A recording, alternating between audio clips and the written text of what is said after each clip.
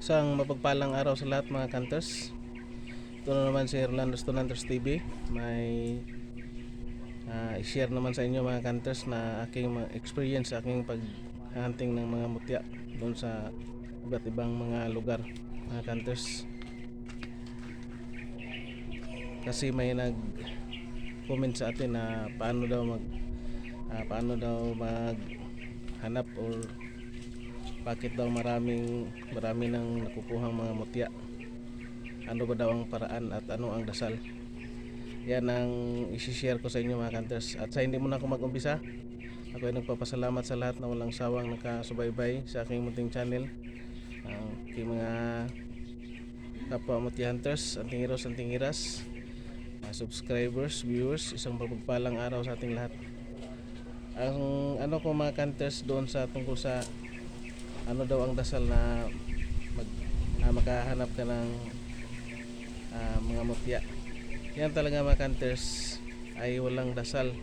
Yung sarili mo lang mga kanters na kung gusto mong magkaroon punta ka ng mga lugar na lalo na yung mga tabing ilog, sa mga gubat, bundok.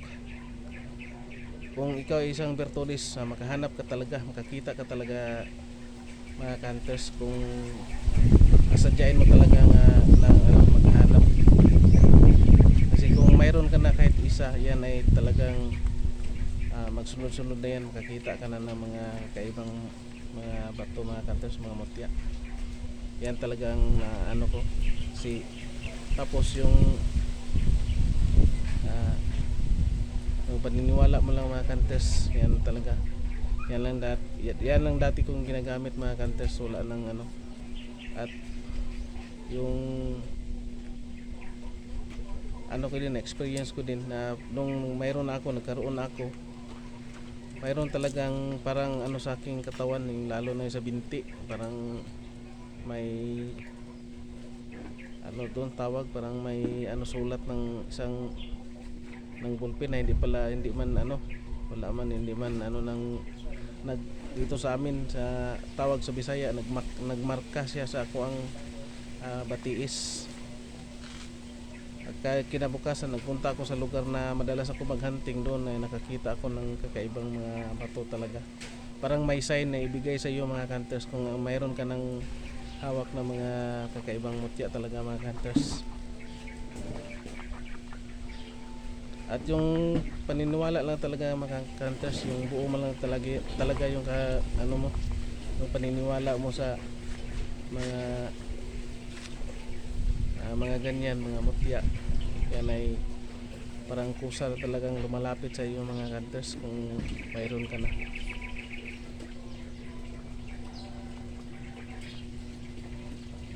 Yan lang muna yung i-share ko mga hunters. At sa mga ang usaping ito ay para lang sa mga taong naniniwala talaga sa mga agimat, mga mutya.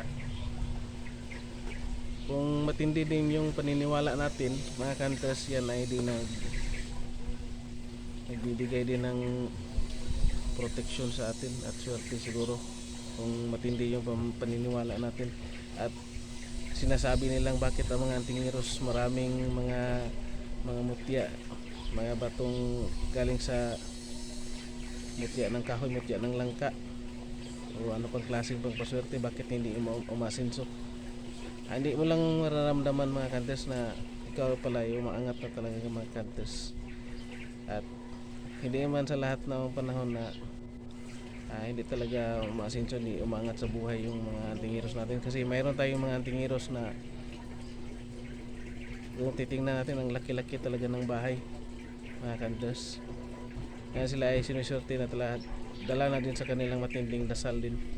Kasi andyan lang yan sa atin, yung pagsisikap natin. At samahan mo na rin ng ano talaga, yung tawag dito, yung sipag at syaga mga kanters. Hindi lang puro ano lang. Tulad nito mga kanters, mayroon sa ano yan, bundok ko yan nakuha sa ito ay batong galing sa bulkan mga kanters. Ito ay tago sa ilaw. itim siya pero tumatagos yan sa ilaw mga kantos. Yan. May itim masyado pero ito'y galing sa vulkan mga kantos. At nagtaka ako dito kasi bakit nagkaroon ako. Siguro mayroong ano talaga, mayroong ano yung Panginoong Diyos, may dahilan kung bakit mayroon tayong mga hawak na ganitong klaseng mutya o kakaibang mga bato mga kantos. Kaya iniingatan ko talaga sila. Tuwing ako'y magdasal, sinasali ko talaga yan sila na magkaroon ng kapangyarihan.